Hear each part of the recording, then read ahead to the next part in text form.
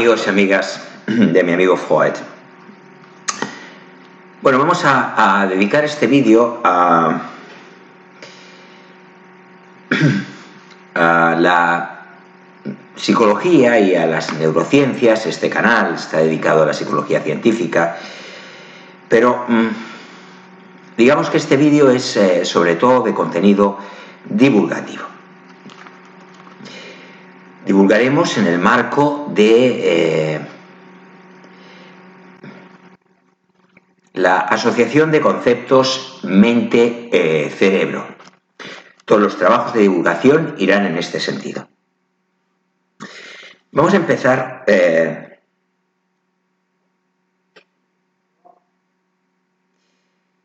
si me permitís,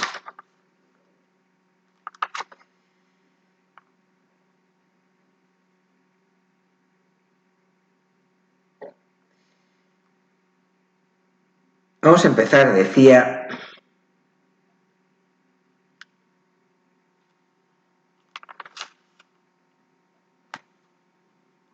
con una investigación que tiene que ver con redes sociales. Las relaciones en línea no sustituyen a las personales, es la conclusión de esta investigación.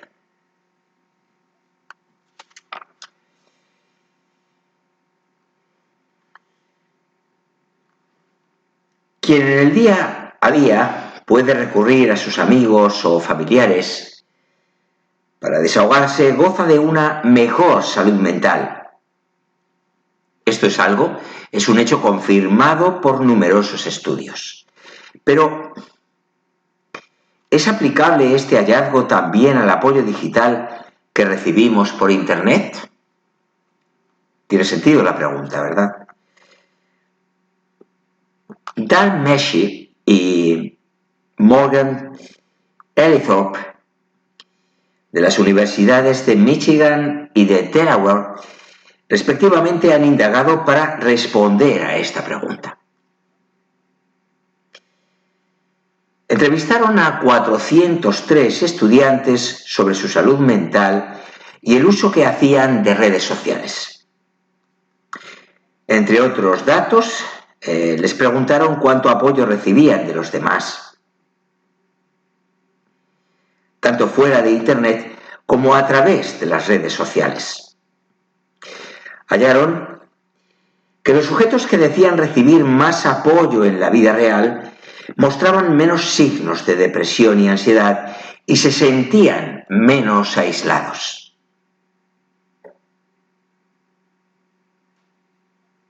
En cambio, saber que alguien de las redes sociales en quien confiaban estaba de su lado no influía en ese aspecto.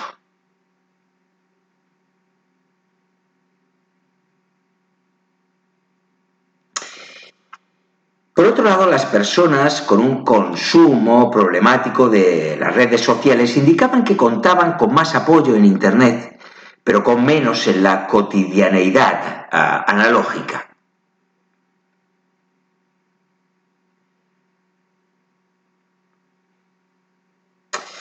Se consideraba un uso problemático, por ejemplo, cuando los sujetos dedicaban mucho tiempo a las redes sociales o padecían síndrome de abstinencia en cuanto se desconectaban.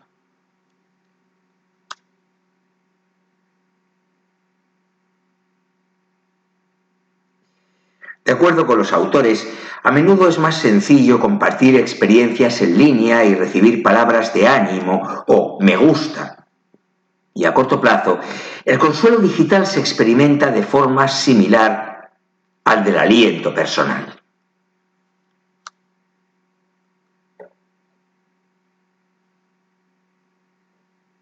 Sin embargo, los efectos a largo plazo no son comparables.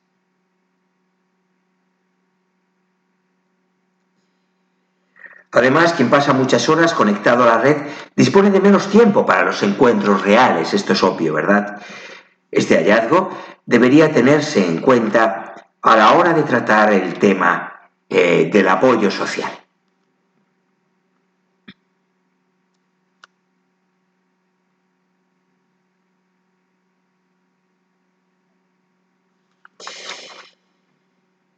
Bueno, aquí vamos a recordar, si se me permite,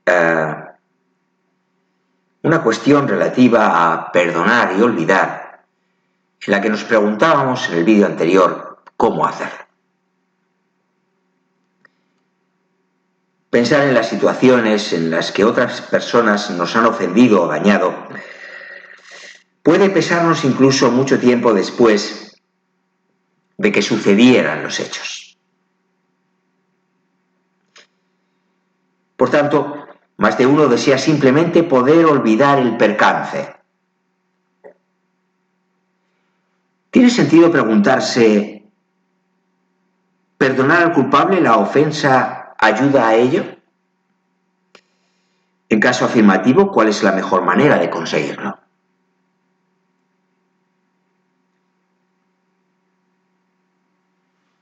Lo dejamos apuntado. Entramos en el campo de la psiquiatría. La comunicación no verbal en los trastornos alimentarios. Con frecuencia, a las personas con un trastorno de la conducta alimentaria les incomodan las relaciones sociales. Por este motivo, este aspecto suele trabajarse en la terapia de la anorexia o la bulimia. La psicóloga Amy Harrison, del Colegio Universitario de Londres, investigó el papel que desempeña la comunicación no verbal en este ámbito. Para su estudio entrevistó a 50 mujeres, la mitad de ellas con anorexia u otro trastorno alimentario.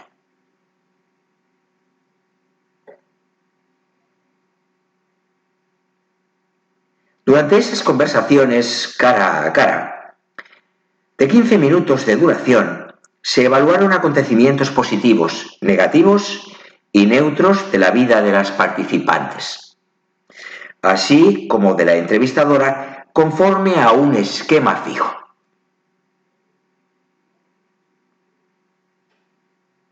La investigadora grabó las sesiones en vídeo y luego analizó el lenguaje corporal de las pacientes. Detectó claras diferencias. Las voluntarias con un trastorno, con un TCA, con un trastorno de la conducta alimentaria, inclinaban menos la parte superior del tronco hacia la interlocutora. Conducta que denotaría un interés por el tema tratado.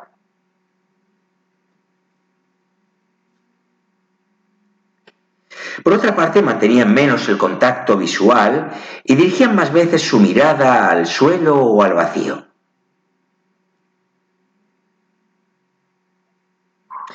Asimismo, gesticulaban menos con las manos que las participantes sin un trastorno de la conducta alimentaria, sin un TCA.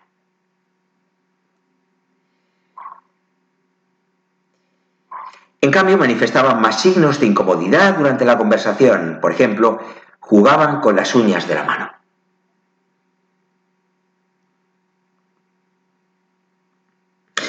Según Harrison, ciertas características de la comunicación no verbal, como la ausencia de contacto visual, podrían explicar algunas de las dificultades que estas personas experimentan en sus relaciones sociales. Para que las interacciones resulten más agradables, los terapeutas podrían desplegar ante los pacientes un lenguaje corporal que transmita interés y receptividad. Por ejemplo, mediante juegos de rol o una retroalimentación tras las grabaciones en vídeo.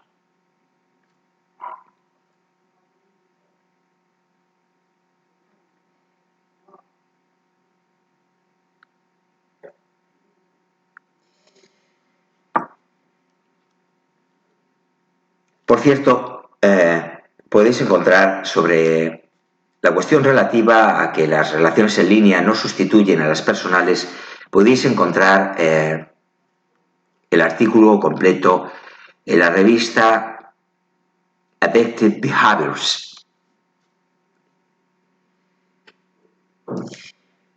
Por lo que respecta a la comunicación no verbal en los trastornos alimentarios, podéis encontrar el artículo al completo en Psychiatry Research. Pero sigamos con perdonar y olvidar. ¿Cómo? Bueno, nos habíamos quedado preguntando que si perdonar al culpable la ofensa ayudaba a ello. En caso afirmativo, ¿cuál era la mejor manera de conseguirlo? Con el objetivo de averiguarlo, los psicólogos Seymour Noreen de la Universidad de Montfort y Malcolm McLeod de la Universidad de Stirling se han centrado en investigar las diferencias entre el perdón planeado, decisional, y el perdón emocional. Repetimos, perdón planeado o decisional y perdón emocional.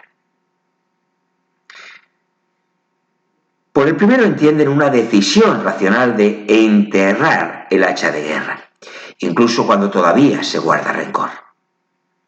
Por el contrario, en el perdón a nivel emocional, los sentimientos negativos hacia la otra persona se transforman en benevolencia.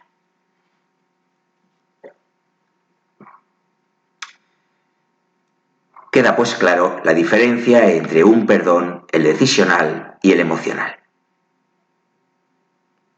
Se trata pues de investigar las diferencias.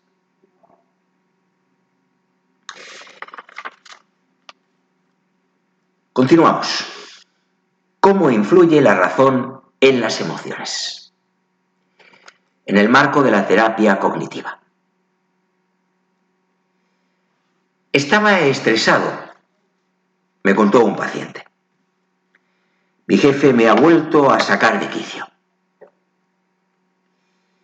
Afirmaciones como estas reflejan una concepción generalizada del origen de las emociones negativas.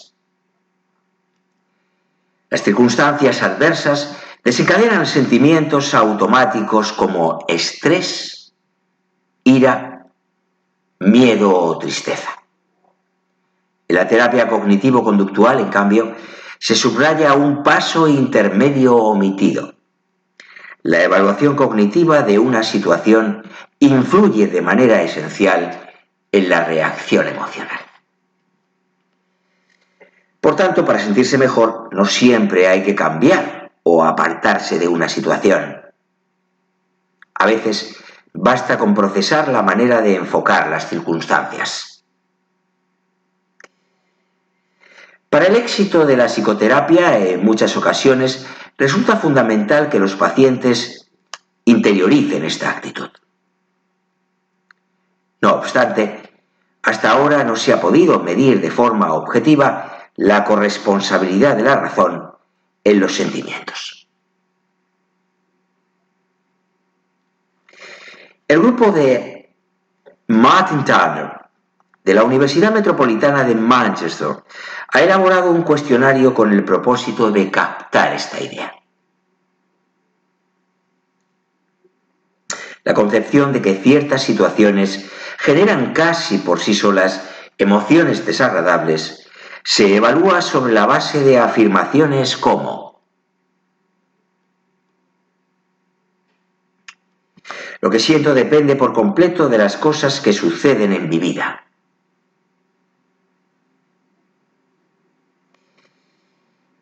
En cambio, si la persona considera que las cogniciones influyen en los sentimientos, debería inclinarse por enunciados del tipo: cuando vuelvo a reflexionar sobre una situación, me siento de forma diferente. O para controlar mis emociones, debo cambiar mi manera de pensar.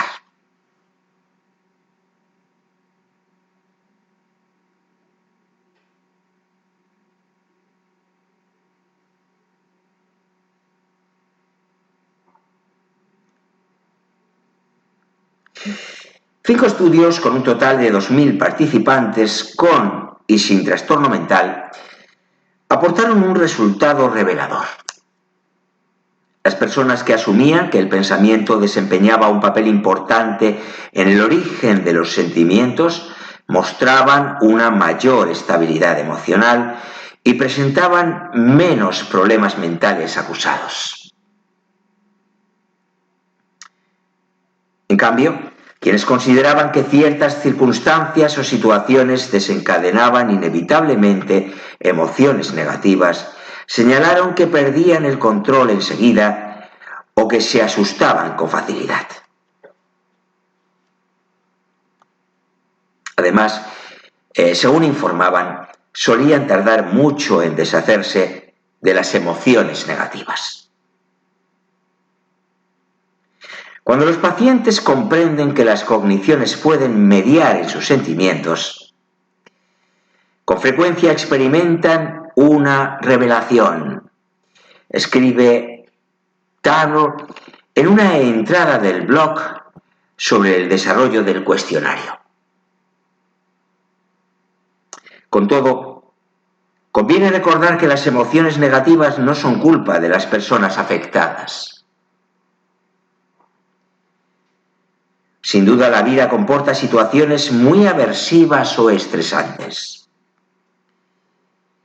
Quien recibe un trato injusto experimenta una ira lógica, apunta Turner. La actitud correcta en ese momento podría servir para enojarse menos o canalizar la ira de una forma más productiva.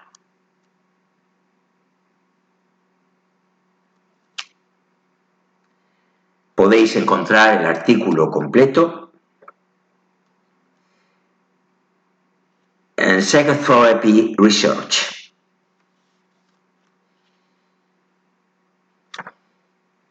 Continuemos con recuerdos. Perdonar y olvidar. ¿Pero cómo? En diversos estudios, un total de casi 800 participantes tuvieron que pensar en situaciones reales o ficticias en las que otros se portaban mal con ellos. Tras ello, debían aprenderse listados de palabras que les recordaba el suceso o que no tenían nada que ver con él. Finalmente, algunos voluntarios tenían que intentar olvidar aposta las palabras memorizadas. Otros no.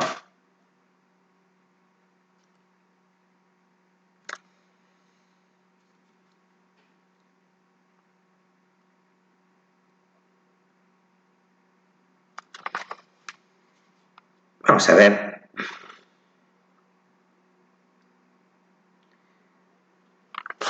Seguimos con psicología cognitiva. Matemáticas con gestos. Y es que sin duda, aunque las matemáticas se consideran abstractas, su comprensión se basa en la experiencia física. Los profesores deberían aprovechar esta idea en la escuela y la universidad.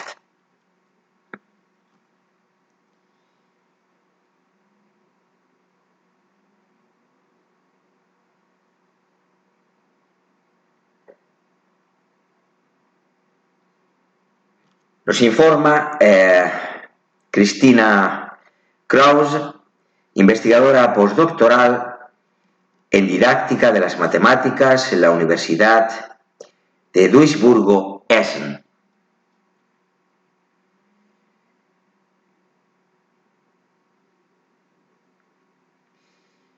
En la actualidad disfruta de una beca Marie Sklodowska-Curie en la Universidad de California en Berkeley. Allí investiga en el marco del proyecto Science Math la manera en que el cuerpo, los gestos y el lenguaje de signos facilitan el aprendizaje de las matemáticas.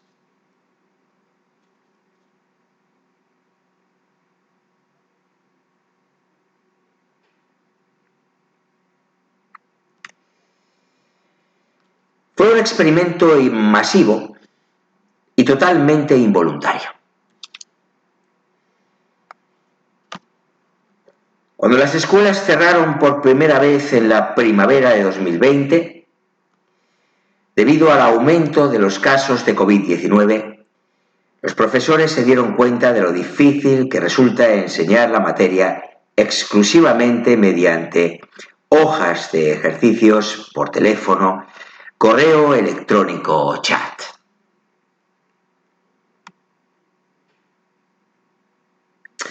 En el mejor de los casos, las clases tuvieron lugar por videoconferencia.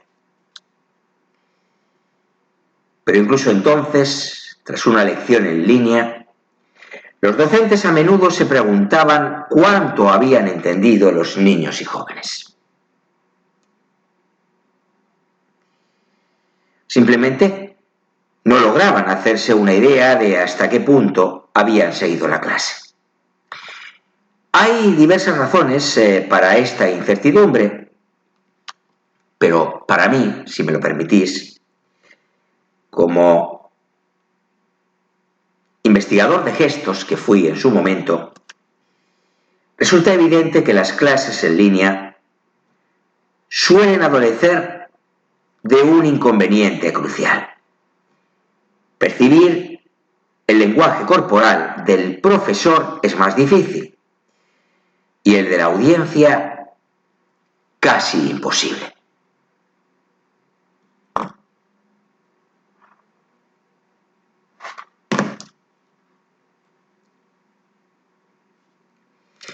Por ello, incorporo para mis alumnos online, en línea, técnicas desarrolladas a partir de estos estudios que comparto en el canal con el objetivo de superar tales limitaciones.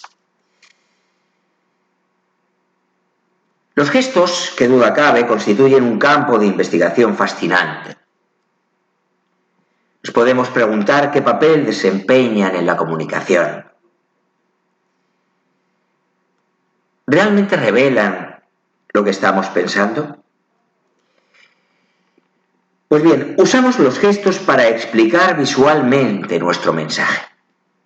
Pero no solo para eso, porque también gesticulamos cuando hablamos por teléfono, e incluso las personas invidentes se valen de sus manos y brazos al conversar.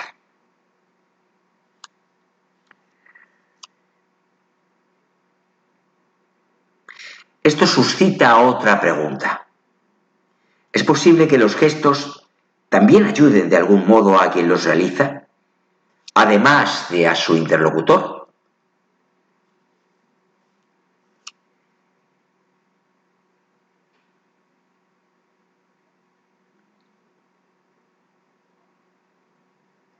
Desde hace ya algún tiempo se investiga la relación que existe entre los gestos y los procesos de pensamiento propios.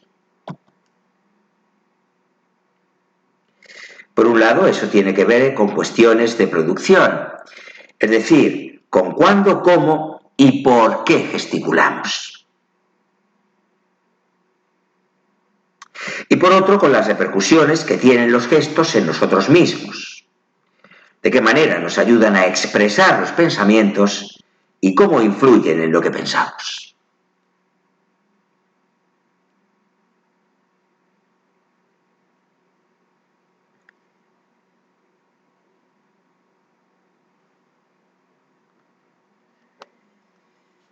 Volvemos por un momento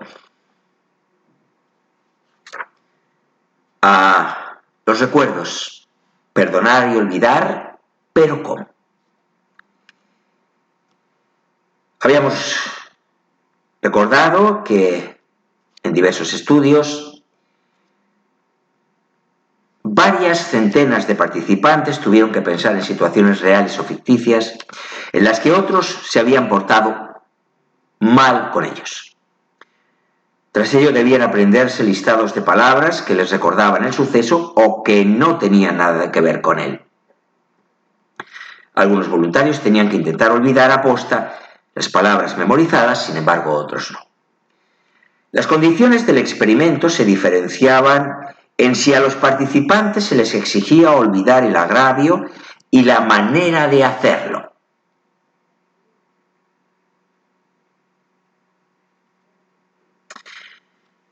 En el caso del perdón planificado, debían proponerse no guardarle rencor a la persona que les había perjudicado y tratarla como una amiga en el futuro.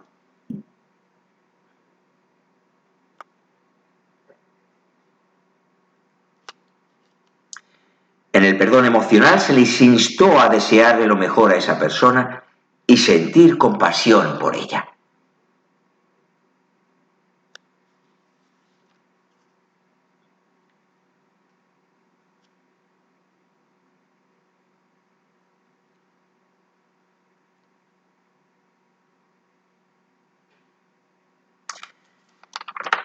Sigamos, o concluyamos en lugar de aparcar la cuestión.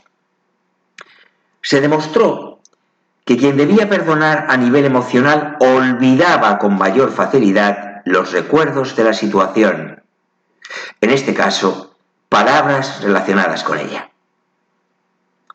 Estos participantes, al final del experimento, podían acordarse de menos vocablos de la lista de palabras que aquellos a los que se animó a proceder de forma racional o que no recibieron ninguna indicación concreta.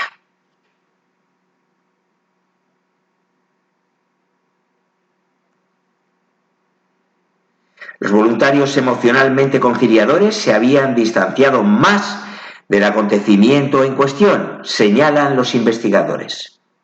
De esta manera, tenían una perspectiva más abstracta, lo cual facilitaba el perdón.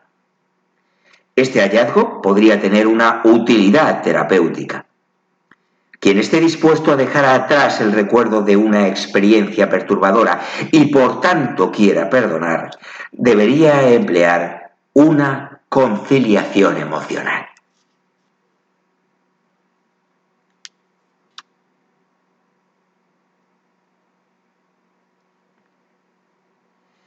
Podéis encontrar más información o el artículo al completo en Journal of Experimental Psychology, Learning, Memory and Cognition.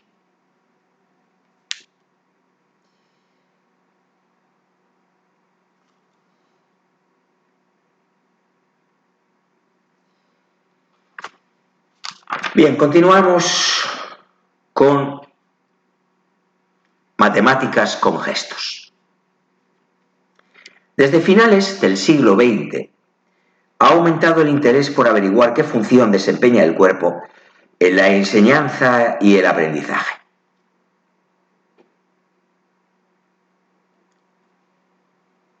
Eso es relevante, por ejemplo, en el estudio de una lengua extranjera e incluso en las matemáticas que muchos consideran tan abstractas.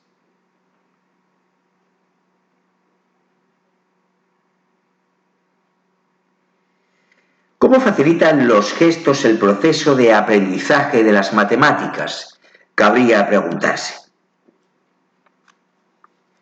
¿Qué hallazgos de la investigación gestual podrían trasladarse al aula?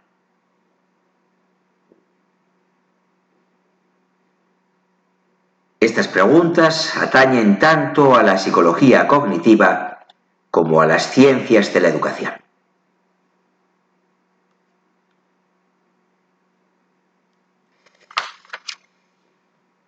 Los alumnos de primaria suelen calcular intuitivamente con los dedos. Es una buena estrategia porque, más adelante, cuando las matemáticas se vuelven más complejas, usar las manos también sirve de ayuda.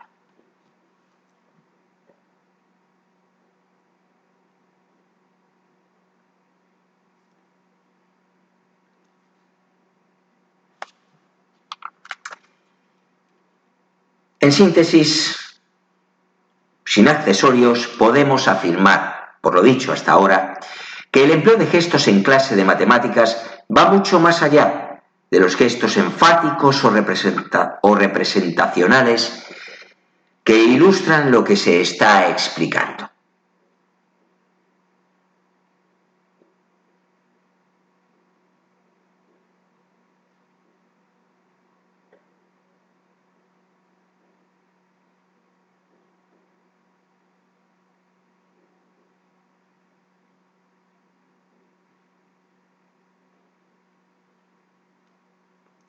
En segundo lugar,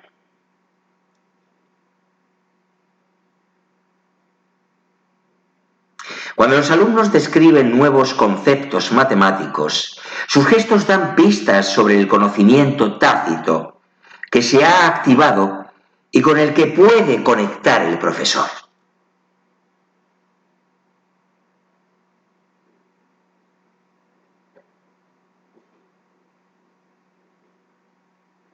En tercer lugar, al intercambiar impresiones acerca de sus ideas matemáticas, los gestos de los alumnos impulsan notablemente el proceso cognitivo.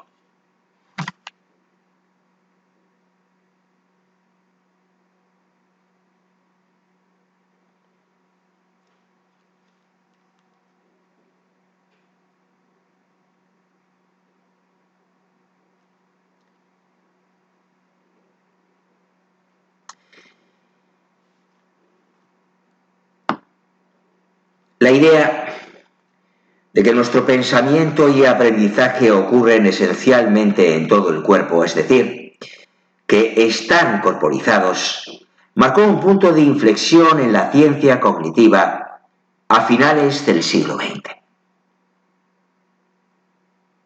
Eso significa que el pensamiento no se produce de manera aislada en el cerebro. En cambio, todos nuestros procesos cognitivos se desarrollan a partir de la interacción física con el mundo que nos rodea. Esta nueva concepción cambió nuestra visión de las matemáticas, que pasaron de ser una ciencia estructural abstracta a una disciplina que se puede experimentar y aprender físicamente.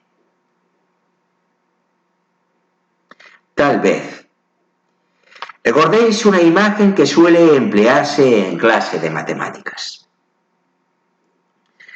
La de una balanza para resolver una ecuación de primer grado con una incógnita. Si añadimos algo a un lado del signo igual, debemos hacer lo mismo en el otro lado para que todo siga en equilibrio, es decir, para que la ecuación continúe siendo válida.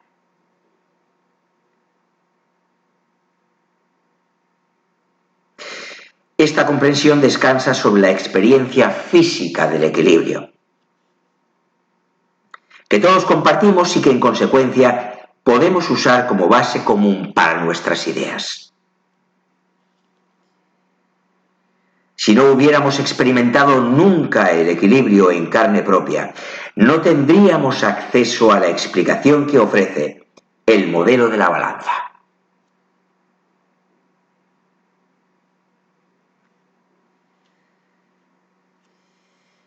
Mantener el equilibrio, pues, y es que los conceptos matemáticos se basan en las experiencias físicas.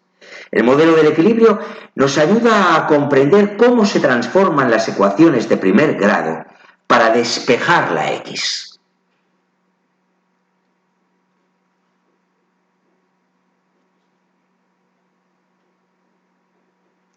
Así tenemos, por ejemplo, la ecuación 6x más 3 igual a 2x más 11.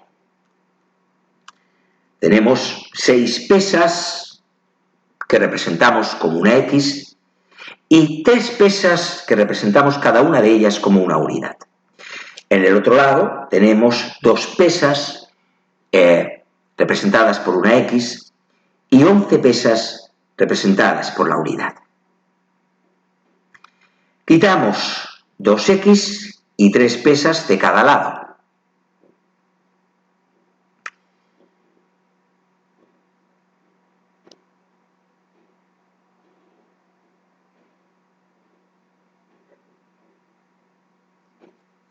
De manera que a la izquierda del igual nos queda 2x. A la derecha no queda ninguna x. A la derecha del igual, a la izquierda del igual, no queda ninguna cifra sin x o término independiente, como sabéis, y a la derecha nos queda un 8. En la balanza habría 8 pesas de una unidad cada una.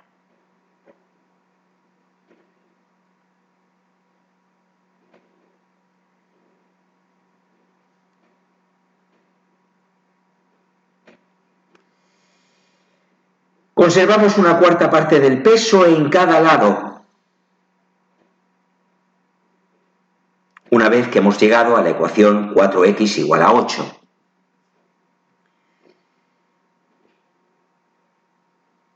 De manera que tenemos ahora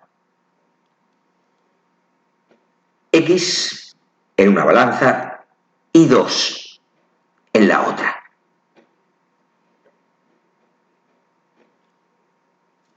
Finalmente, pues, obtenemos la solución a nuestra ecuación de primer grado, que es que x es igual a 2. Que podemos comprobar porque sustituyendo en x por 2, tenemos a la izquierda del igual 6 por 2, 12, más 3, 15, y a la derecha del igual 2 por 2, 4, más 11, 15. Se cumple, por lo tanto, la igualdad. X igual a 2 es solución a nuestra ecuación de primer grado.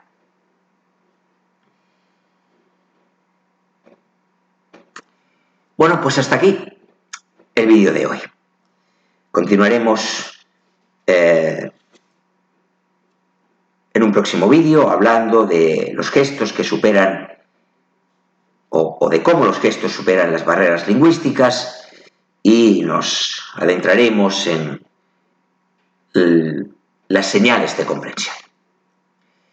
Muchas gracias por estar ahí, por vuestra atención. Si el vídeo os ha resultado útil, interesante, valioso desde algún punto de vista, os ruego un me gusta, así recibo el oportuno feedback que guía mi trabajo en el canal. Os animo a suscribiros a mi amigo Freud, al canal, si sois asiduos y no lo habéis hecho ya, os animo a hacerlo. Y si si acabáis de llegar, acabáis de conocer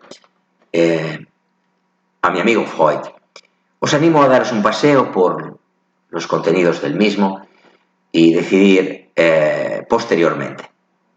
Tengo la esperanza de que paséis a formar parte de la gran familia que constituye la audiencia de mi amigo Freud. Y sin más, os recuerdo, como siempre hago al final de cada grabación, que mi amigo Freud, que también es el vuestro, no lo dudéis, así ha sido desde el comienzo de esta andadura, allá por mediados de agosto de 2022. Está siempre encantado, mi amigo Freud, digo, de contar con vuestra atención, con vuestra compañía, vuestra presencia, con vuestro apoyo y compromiso con este proyecto que lleva su nombre. Un saludo muy afectuoso para todos y todas, mis mejores deseos para vuestras vidas, y espero que tengamos ocasión de reencontrarnos en el próximo vídeo, que es mi intención llegue muy pronto. Espero, como digo, que estéis ahí cuando suba el próximo vídeo al canal, que insisto, llegará muy pronto. Que todo vaya muy bien.